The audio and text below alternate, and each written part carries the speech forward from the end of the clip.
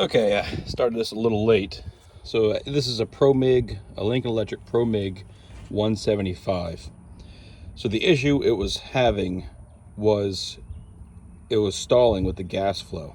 So you'd pull the trigger and you'd have little to no gas coverage for maybe the first half inch of weld, and then it would finally pick up pressure and it would weld fine. But that first half inch of weld, you'd always have to grind it out because you get tons of porosity and impurities from it not being protected.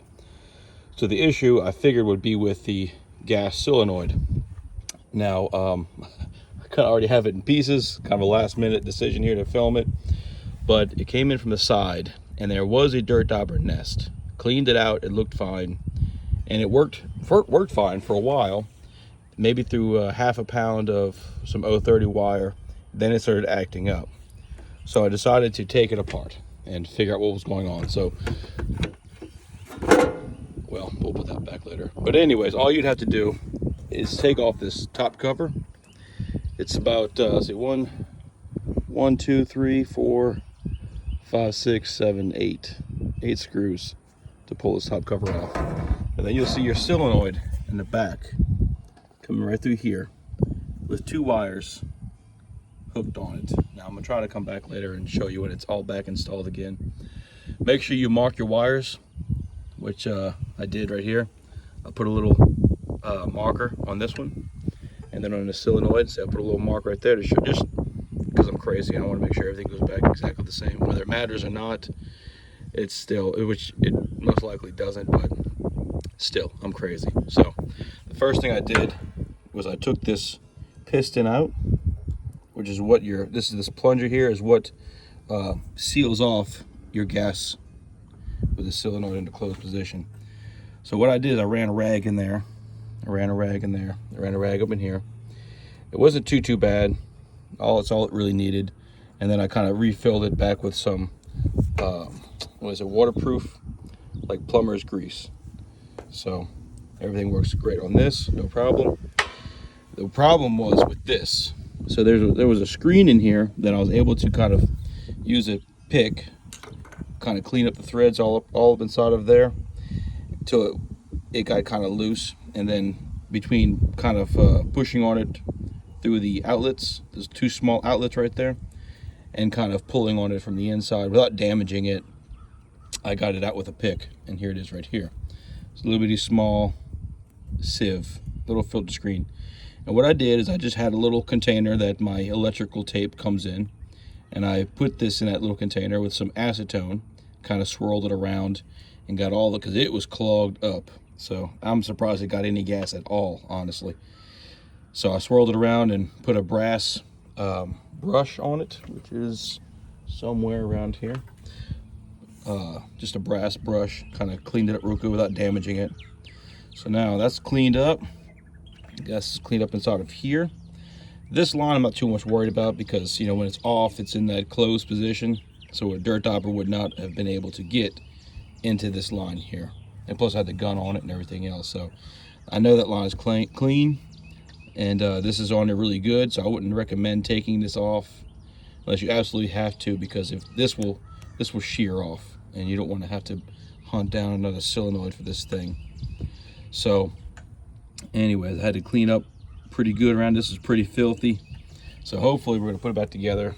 Oh, and also the other side of this, that's screwed into here, your inlet, but you run your gas line too.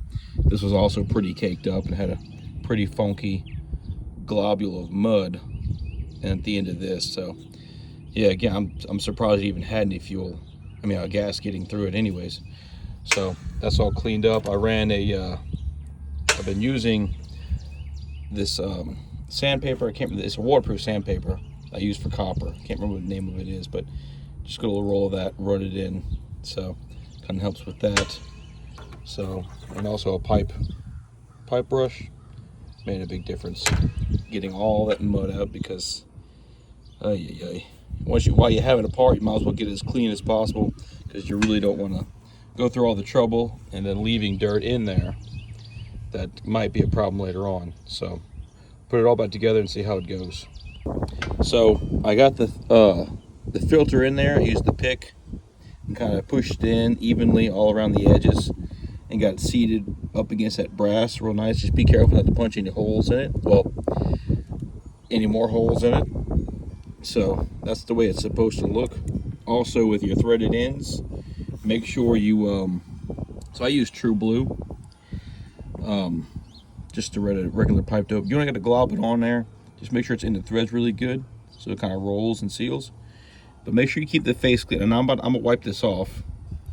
But make sure you keep the face of it clean, because you don't want that True Blue or your pipe dope or thread or whatever. You don't want that getting into this filter here, into this this sediment trap, this sieve, whatever you want to call it. You want to make sure that stays clean. So just make sure you, usually I just take my finger, just kind of, wipe it on there real good. Get off any of the excess like that, so the face stays clean. But yeah, so let's keep going. And one other thing.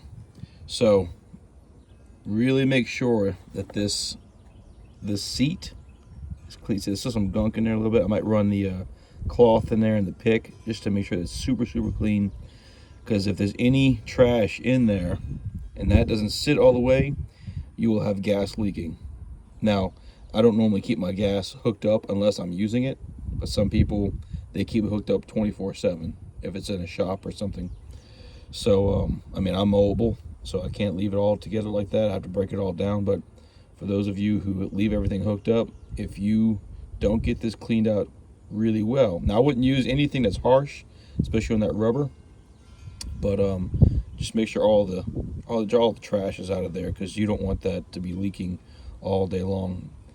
Because it would be leaking so slightly you probably wouldn't even hear it, or probably wouldn't notice it, and that's just money. So it doesn't hurt to spend a little extra time. I might even put a little of that grease on there as well, on the O-ring, that is. But yeah, so just make sure that's really clean before you put it all together. Don't cut any corners with this.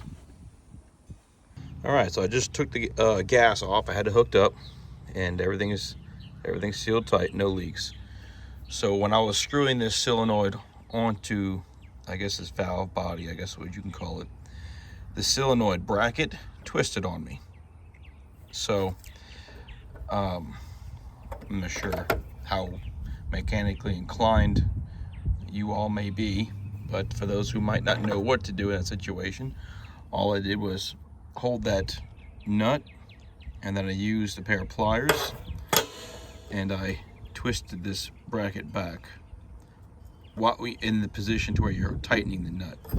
So I only have one hand, but basically you'd be holding the nut this way, pulling that way, and you'd have your pliers holding onto this bracket to straighten it out. And that's how you kind of, if that happens with you, that's how you kind of solve that. So then we're going to hook it up and see how it welds. So we got it all hooked up. Not sure how well you can hear me. We got it all back in place.